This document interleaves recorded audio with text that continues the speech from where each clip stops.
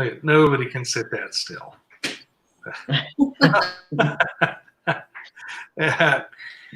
Okay. Howdy, everybody. And apparently we're having some technical difficulties, and this is why we try to get multiple people to read, because if I am the only person with technical difficulties, then call me Popsicle. All right. Anyways, that quite a reading tonight, eh? Quite a bit. I know. We got Sabbath here back. Okay. Sabata. All right. So we got Sabbath back, and Lynn's got something wonky going on. Actually, believe it or not, it's probably the sun. The sun? Yep. In Phoenix, and sometimes here, the sun, the blazing heat from the sun will cause interference in broadcast signals. Interesting. It is. But it doesn't do anything to your head when you're working out in the sun all day.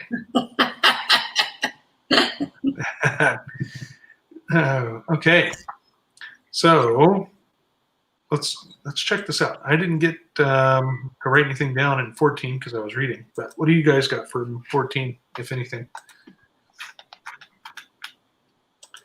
That is,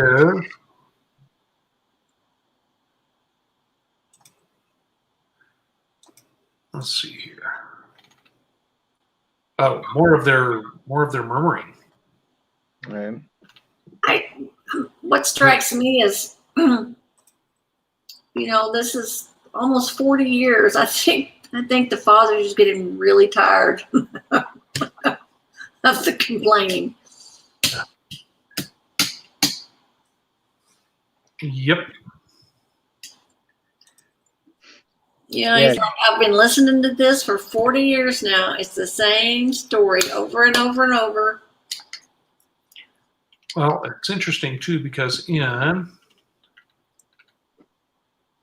let's see here. I gotta find it. I know it was a ways down in the chapter. Verse 28. Right. So Yah is railing against their complaining, and verse 28 says, "As truly as I live, saith the Lord, as ye have spoken in mine ears, so will I do to you." Right? So it's kind of like, okay, if you're telling me how horrible it's going to be, then here, we'll go ahead and give you how horrible it's going to be.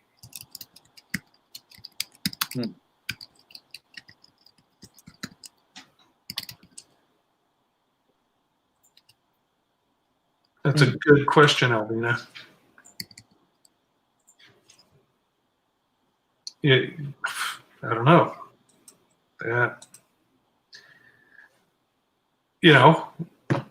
I'll sit there and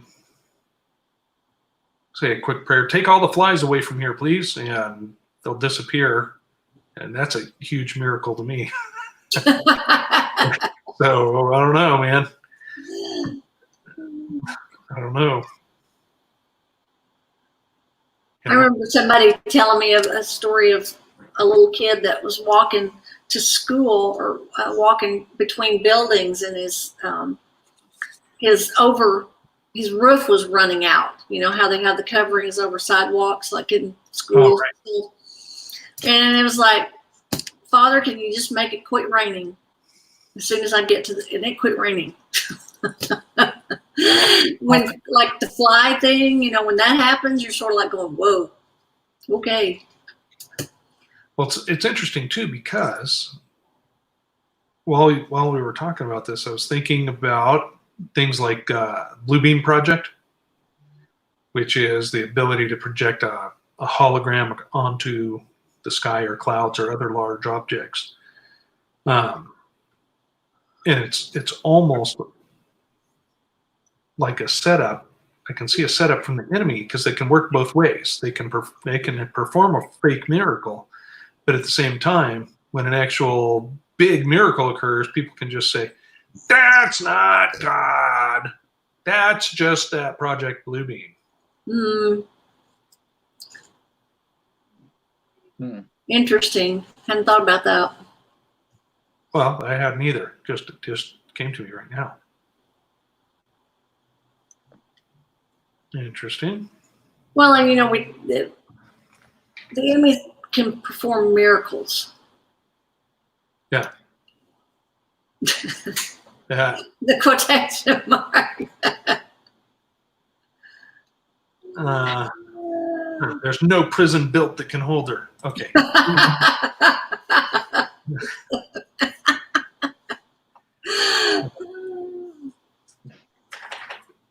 Oh boy. So. That's an interesting thought. Well, Yeah, Alvina. Just made me think about it. Yeah. Yeah, that guy's kind of, all those ones are kind of weird. So I just thought that was pretty interesting, though. They kept saying, why are we here? You're just going to do this bad thing to us. You're just going to do this bad thing to us. You're just going to do this bad thing to us. And then they were like, then our Father says, okay, fine. Here's the bad thing, right? You're going to die in the wilderness. You and you guys, your children are going to enjoy the promised land, but you're not.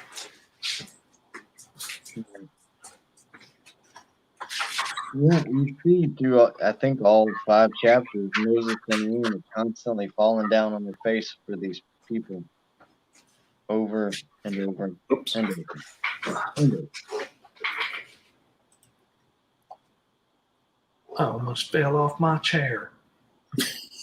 That would not be good. It makes for good TV. But Okay, Hopefully Lynn. Angie's hopefully there can call ambulance. Hey, there's Lynn. She's in chat. She's like the opposite of that kid in the Willy Wonka factory. She was the kid that was on. He's like, oh, I'm going to be on television. No, you don't remember that? Okay, whatever. That. Okay. Anything else from 14? Oh, well, I had a comment that I was going to make. I just now saw something from Alvina. Uh-huh. It said that Moses didn't make it into the promised land. Yep. And I was doing a study a couple of days ago, and something very, very interesting that was said was Moses was the representation of the law. Mm-hmm. And so even though the law was with the children, since he was a representation of the law cannot save. The law cannot redeem. And so that may have been the reason he was not allowed to go into the promised land. It's kind of interesting. I thought that was an interesting take on that. Right. All right. What about 15? I want to look something up because I got a note on that. But if you got anything early on before 30, let me know. I thought somewhere it did say because he struck the rock. I don't know. I need to look that up. Hang on. But No, that's right. Because he struck the rock twice. Or Yeah. 15. I don't think he was supposed to strike it. Well, he took the glory for himself when he did that. When he Right. said, "I'm the one," he said, he didn't say God's doing this. It's written where he says, "Well, I'm going to show you this thing," because he knew that it was about to be done, and that's what I took from it. But he got the same punishment that people later received when for that bad thing. Right. So. Yep. And let's see. Yeah, I didn't get anything until verse 30, but I think this is the way it's phrased. because right after it talks about sinning in ignorance, Mhm. but then it says, but the soul that doeth aught presumptuously, whether he's born in the land or a stranger, the same reproacheth the Lord. So that, presumptuously, what is that? Purposely. Well, if you look at it, it's a compound, it's two Maybe. words that they translated presumptuously. It's 3027 and 733 or 7311. So the first one is yod, which has got a big old long honking definition, right? Yod, a primitive word, a hand, the open one, indicating power, means, direction, in distinction from a different word, 3709, meaning the closed one. So it's an open hand used as a noun or adverb in a great variety of applications, both literally and figuratively, both proximate and remote. So then it goes through meaning all these different things. But then the other word, so let's call that open hand and room is the next one. A primitive root, to be high, actively, or to rise or to raise in various applications, literally or figuratively. So bring up your empty hand. I don't know. Anybody else? Insight? What do you got? Well, that sounds like to me like haughty. Haughty? Yeah, like very arrogantly. Like, Kinda like, oh, I sinned. Here's your offering type thing, or no, it's just I don't know, an arrogance. To me, is how that comes across. When you talk about lifting your hand up at somebody, just think about a particular sign that you could make out of that. That's an obscene gesture. It's just a defiance, I guess, or an arrogance. I think we all. I do. I know I have made sins that I know are sins, like driving too fast. But I don't do it with an arrogance or a haughtiness. A lot of times I'm not even really thinking about it, or sometimes I know I'm thinking about it, and it's like, but I just got to get around this car. I just need to get around this. I just need to do that. But it's not. Probably should be cut off already. Yep, I think Alvina's right there. Intentional versus ignorance. Yeah. But we do sin intentionally. Right? So there needs to, I think when you're talking about a lifted hand, I see it as an arrogance or like I said, defiance. I kind of see it like the legalese side. Maybe I'm reading into it, but well, technically I'm not sinning if I do it this way because the law states, you know what I mean? It's like, Right. the later on around the well, I guess in Jesus's time too, but around the prophets where they would the priests they had certain rules or something where they couldn't. It was something about the temple. I'm trying to remember. They did something where they didn't have to leave it, so technically it wasn't work or something like that. They were trying to get around. Oh, it's coming up, actually. Yeah. It's coming up.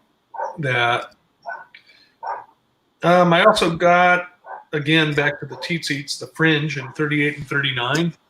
Mm-hmm.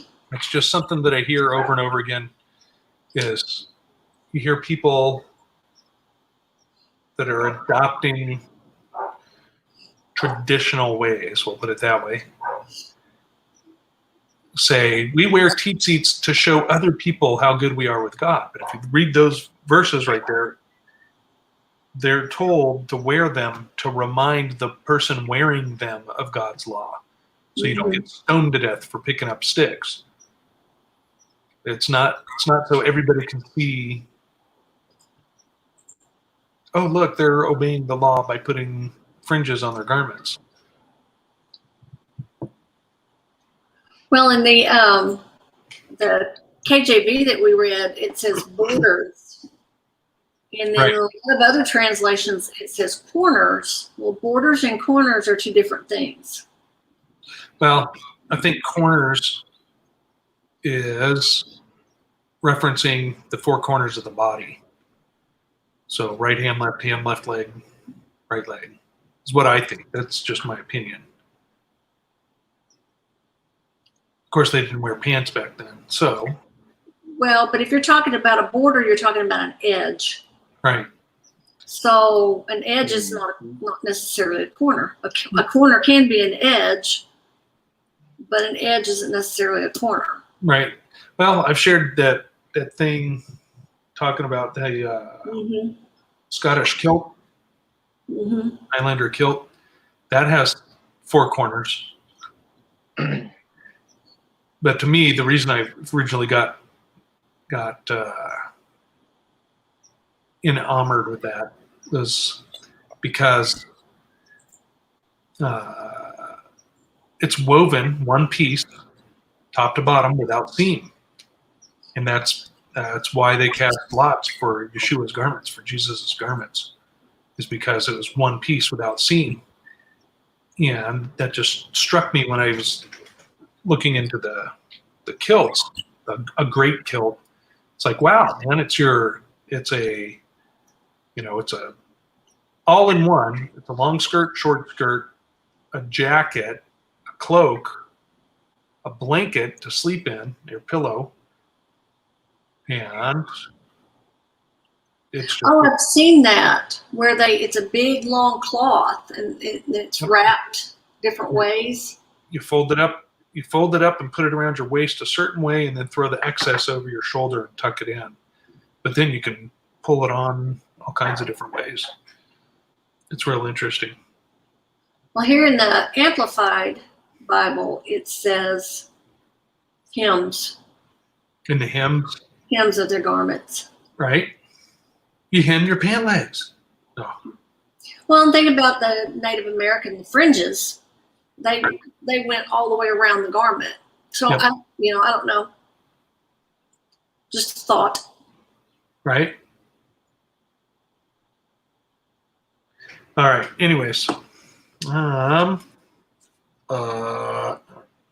anything else for 15? Chapter 15? Anybody? Other than the stoning for the working, I think Father's pretty serious about the Sabbath. He is. And I look at that example quite a bit. Especially when we have things like Abraham, when he went to sacrifice Isaac, he brought the fire with him. So I don't know. I almost see it as in this guy was gathering up sticks and tying them in bundles and selling them to people. Hey, I got kindling for you. Kindling, get your kindling. I don't know. That's just one thing that crossed my mind. Well, a lot of times the things that he's very, very serious about, number one, it's for our protection, but it's number two, it's something that sets us apart Right. from everyone else. And so if you get to thinking about, we think still a lot of people think of the law as being sort of kind of like, oh my gosh, the law, but it's like it's for our good. Right. And so if we do believe here at the end that the Sabbath is going to be a mark, he's trying to protect us. Yeah. He's trying to give us a day of rest, but he's also saying this is super duper important. Well, there may be a bigger reason why it's super duper important. Right. Just a thought. Okay, let's go to 16. Korah's rebellion.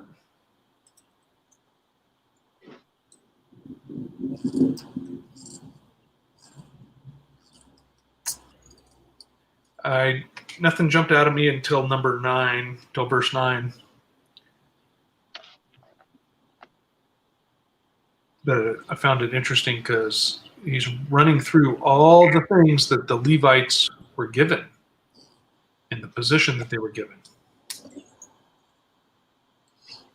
And then he says, it seemeth it but a small thing unto you that the God of Israel hath separated you from the congregation of Israel to bring you near to himself, to do the service of the tabernacle of the Lord, and to stand before the congregation to minister unto them.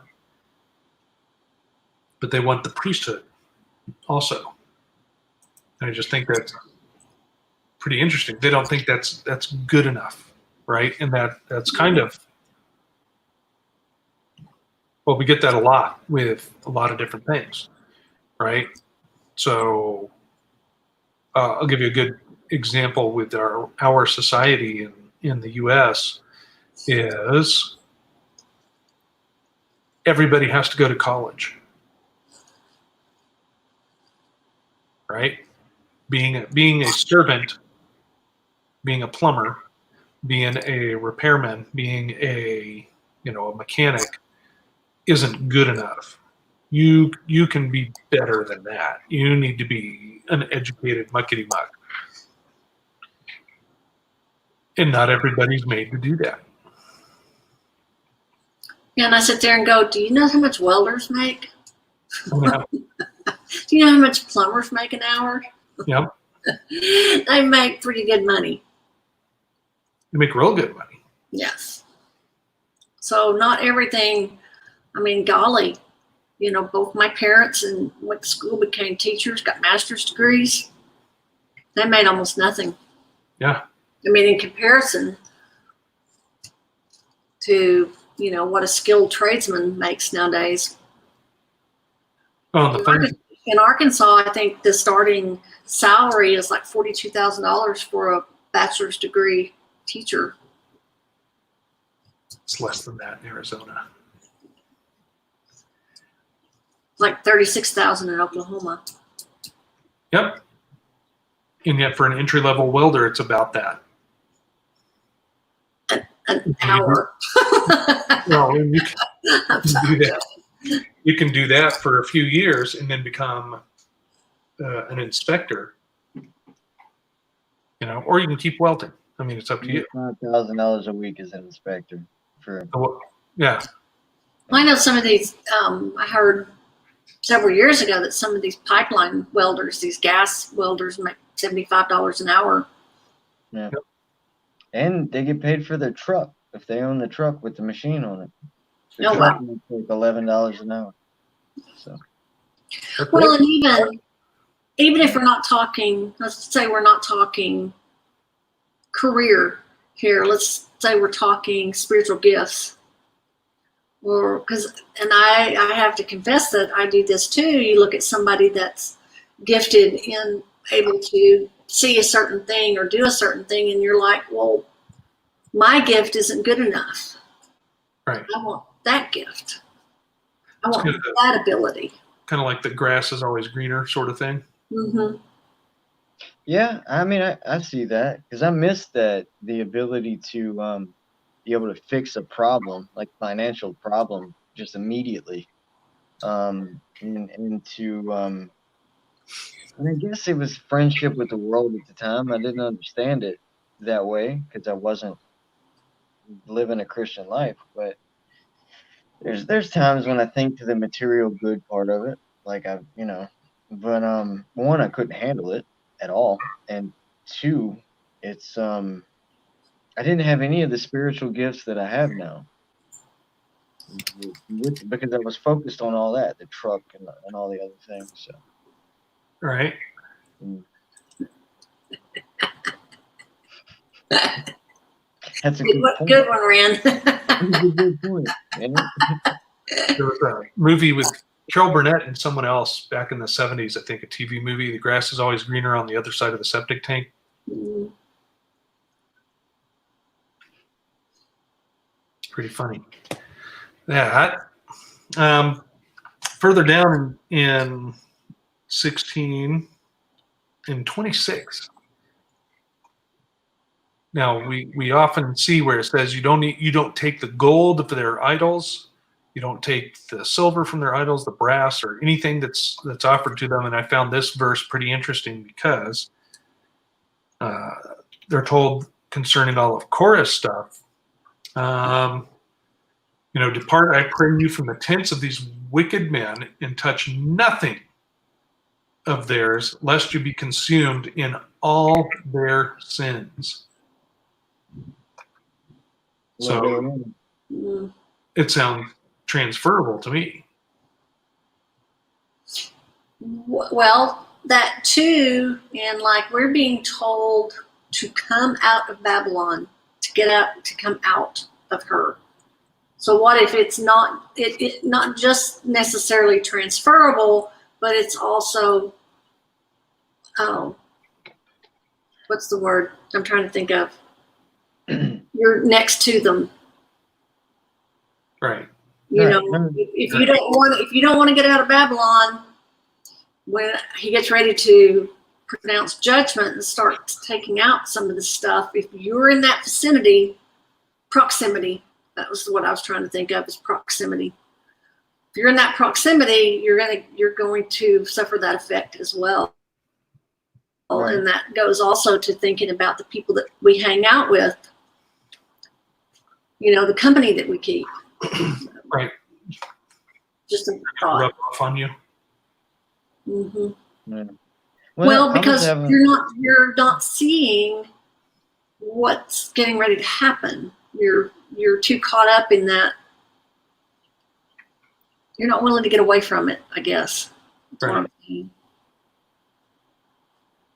Right.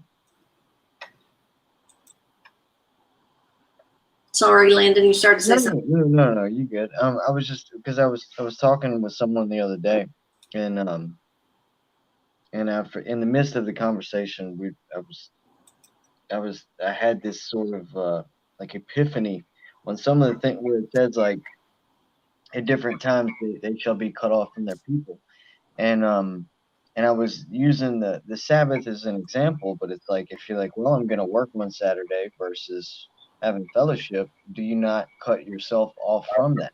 Are you not making yourself a part of that? It's read like a punishment, but at the same time, like, if you engage in the same iniquities with Korah, or even one of them, like, you're kind of blinded in the midst of that, and with that connection, like, it, you know what I mean? It is transferable that way, and sort of consuming that the punishment. I mean, you're just going in a completely different direction. That makes sense. It does. That, let's see here.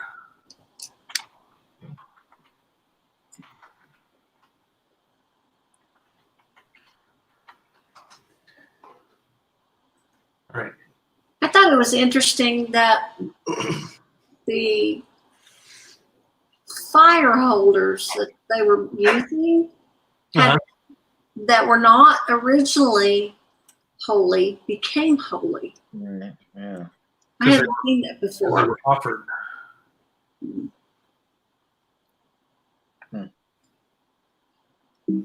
Okay, I'm getting.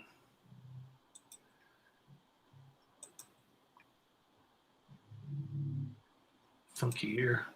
All right. Let's just shut that off. Howdy, Shanna.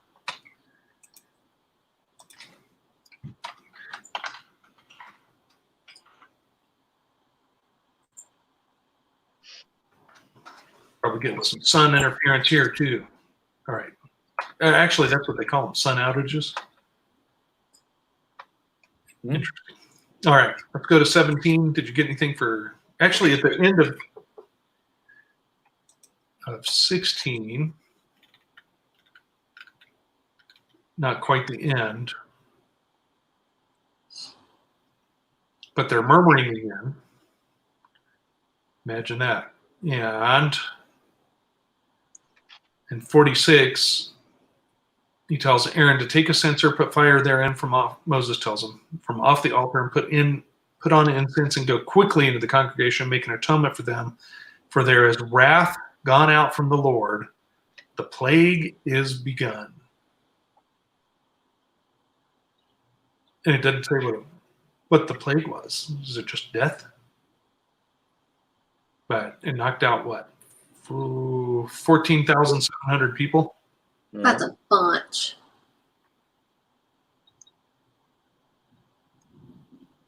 I envision Aaron picking up that censer on the run and just taking off out in the middle of the congregation, Yeah. running as fast as he can. I don't think he was thinking about staying socially distant from the sick people.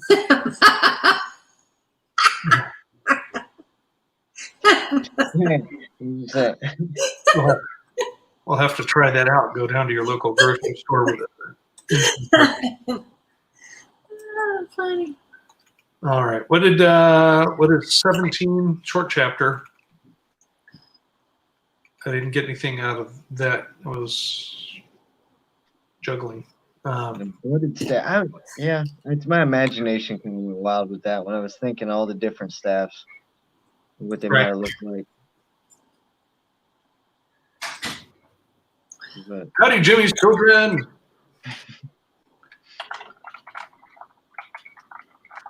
what's up, Jimmy? I know, man. Okay.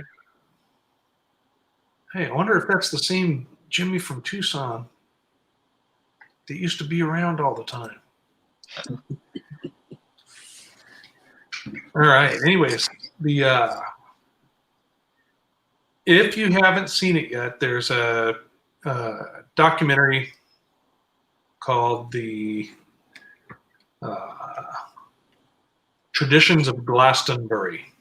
It's a cheesily done 1970s documentary about the oral traditions in Glastonbury, England, and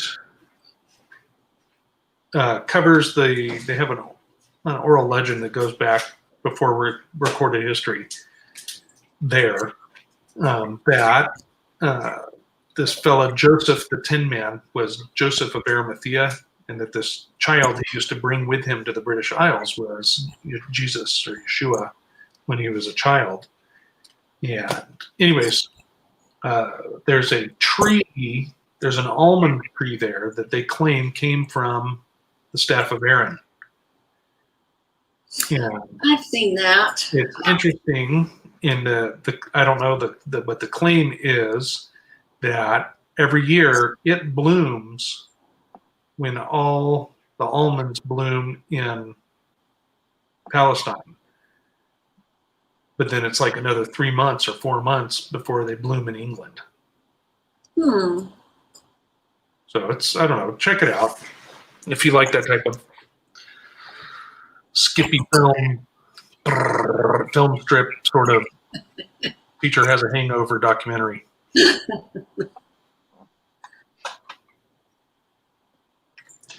All right, 18.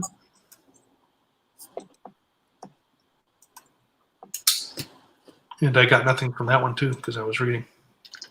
What I got was, you had mentioned this before in the last reading on Sabbath, that Aaron would bear the iniquity of the sanctuary. Right. That was a burden that he was going to have to carry. But that the Levites were given to him as a gift. Yeah. I thought that was interesting. I hadn't seen that before. Well, can you imagine having to do all these sacrifices, all these offerings? They have to be done to a letter, to the T. Can't be defiled whenever you do it. Can't be defiled. You got to go through all this cleansing and cleaning and purification long before you even get to your service in the temple. And then if it was your responsibility to also set up the tabernacle and take it down and then carry all that stuff as well, and to protect the tabernacle and make sure no strangers were coming in. So the Levites had an important job, big important job. That's really interesting that you said protect the tabernacle, because if you go back to Exodus, it was the Levites who took their sword and went through the camp and killed 3,000. So I'm guessing by this they're wearing swords, and that is part of their job. Is anybody that comes near the tabernacle, Yep. they don't make it. Probably for their own good. Preach it, sister. Amen. I can't imagine. Thank the Father for the cross. Yeah, and that's a very good question. That's a very good question, Shanna. Who are these? Who are these people? I don't know. They just showed up. Right. Start reading. Okay, we have D in the middle and Landon on the end. Cornelius. Okay, gonna be a dentist someday. So, okay, what do we got with? Hey, so wait, one thing I was just thinking though, Uh-huh.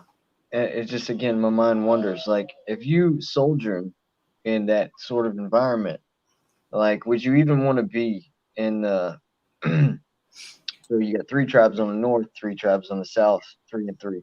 Like would you even want to sojourn anywhere around the inner 4 tribes, like because you're close to the Levites and the tabernacle just by being, you know, like of course I guess it would feel safer because you're inside of the camp of Israel, but then it's like, don't, you know, I couldn't let my dogs wander in there, you know. So you gotta Chase go your run. stray goat in there.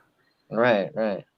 Jimmy chasing his goat, his unruly goat, into the tabernacle. Yeah, but could you hear it? Could you hear the animals being slaughtered? Could you smell it? Oh, I'm sure you could. It would. Have you ever driven by a tallow plant or a stockyard or a? I've driven by stockyards before. We do have those here in Arkansas. Right. Yeah. Just a rodeo. Yeah, but it is. It's a big.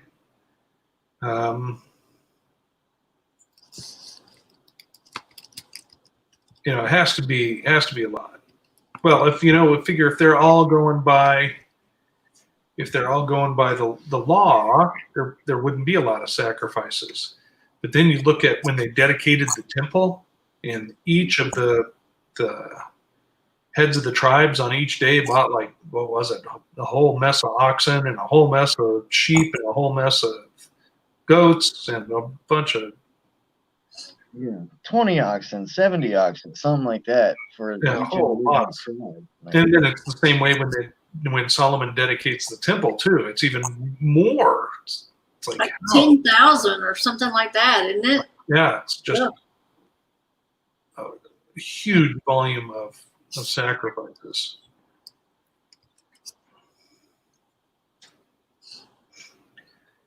Yep. Shanna Honea has a good channel from the fields of Texas. Does some good looking out and watching things over there if you haven't watched her channel. Ren, I've heard sheep really stink. That comes from a cattle person.